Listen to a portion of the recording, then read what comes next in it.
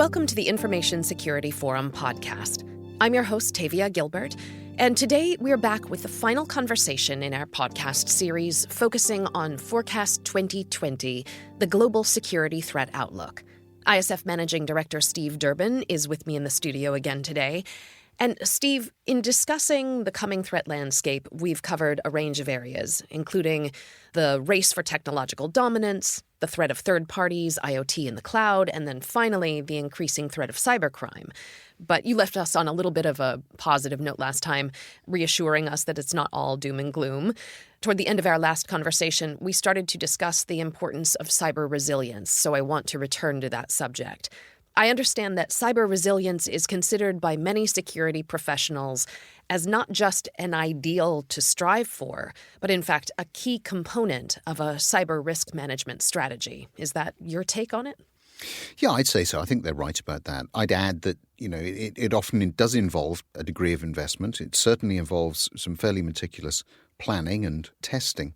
And I think one of the criticisms around all of this is that the cost of creating a cyber-resilient organization might, at least on the surface, appear excessive. That is, until a cyber crisis occurs. And then the effort, of course, pays off. So, just a couple of examples. British Airways currently facing a GDPR-related fine of more than £180 million.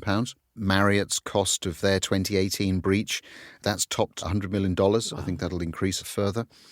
Ransomware attacks such as WannaCry and NotPetya, for those organizations that were caught up in that, have certainly left many deep scars relating to things like business interruption, financial loss, and long-term reputational damage. And so business leaders are sitting up and they are taking notice of events in their respective sectors. And it isn't just for the reasons that we just mentioned. And I think all too often we fall back on the pound notes or the dollars or the euros associated with some of these costs. The biggest cost is actually in the fact that it disrupts the organization. It stops the organization from going about implementing strategy, perhaps developing new products, moving into new markets, increasing revenues, delivering shareholder value. Those are the real key costs of a cyber incident. And I think that businesses are starting, as I say, to sit up and take notice and understand some of that. I would imagine also adding to that cost is the loss of business reputation. Yeah, absolutely. Reputation has always been very much more difficult to put a value on. Right. And I think that just generally, as public awareness increases, we are getting to a point, I think, where we're going to start seeing some of these things being something of a competitive differentiator, perhaps. We'll have to wait and see. I would imagine that driven by the increased scrutiny of regulators and customers and the public, boards are starting to ask difficult questions of their CRO and their CISO about what their organization's level of cyber protection is and what their exposure to cyber risk is, and asking what will happen in the event of a cyber crisis. They certainly are, and I think that is something that is long overdue. I think that reflects a maturing of the industry. From a business perspective, there are two sides to the cyber risk management coin. On one side, there's cyber protection, which involves measures to reduce the frequency of successful cyber threat events. On the other side is cyber resilience, which involves measures to reduce the financial loss when cyber loss events occur. So there is a difference then between cyber resilience and cyber protection. They're not synonymous terms. No, they're not. No. I mean, cyber resilience certainly complements cyber protection to help ensure the organization can withstand a major cyber event and continue to operate with minimum disruption, I'd say. And this is achieved through a range of capabilities that include things that most businesses are very familiar with. So business continuity practices, incident management, legal support, public relations management, and, of course, cyber insurance.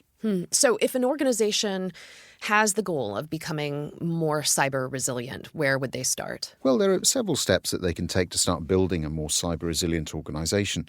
Chief risk officers, CISOs, other risk management leaders need to provide business leaders and executives with assurance of cyber resilience by first understanding the complete cyber threat landscape, including targeted and untargeted attacks. Next, they must build robust digital outposts to detect common to rare cyber threat events when they occur. That's interesting that you're putting common cyber threats and rare cyber threats on the same level. And so my extrapolation is that CROs and CISOs really need to be creative thinkers.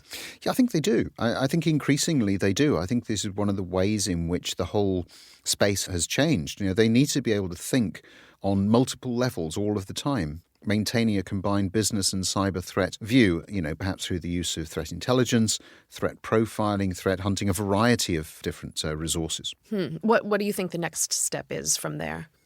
Well, I think a CISO or a CIO needs to establish a cyber response capability that demonstrates readiness. You do that through repeated testing and continuous assurance. Constant drills and the running of threat scenarios also need to be undertaken. For me, a once a year or sporadic practice run is certainly not going to be enough. Response capability needs to be practiced so frequently that it's become second nature. It's a bit like if you're a sportsman, you're trying to build muscle memory. Right. It's exactly the same across the organization here. You really don't want the actual breach to be the first time in a long time that you've put the response plan into action. That's just not good enough. And on the subject of that response plan, that in itself needs constant updating because you will be constantly evolving as an organization and your plan needs to reflect that level of evolution. Mm-hmm. Anything else that CISOs, CROs, CIOs need to do? Any last steps to move towards cyber resilience? I think the final step is to be able to report on the status of cyber resilience using meaningful information which is presented in a business context and which highlights, both successes and challenges in managing cyber risk. It's this final step really that's imperative. It's up to the security leader to cultivate a relationship with the board and to engage them in cybersecurity best practices, practice drills and breach responses I've just been discussing. In fact, it's up to them to cultivate engagement across the entire enterprise in order to bring everybody, every individual, every department, every partner into the cyber resilience strategy. Well, see, this is hopeful, which I appreciate. Our conversations about the coming threats for 2020 have been really quite serious, but I do appreciate that you're not leaving our listeners without actionable and reasonable responses.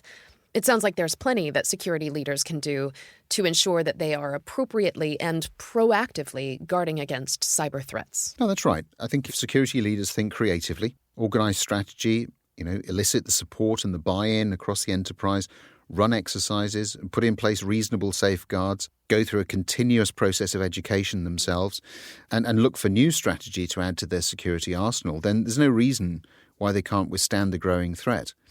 The ISF has worked for now over 30 years with security leaders to support the enterprise as it employs every tactic and tool possible to ensure best practices in their business.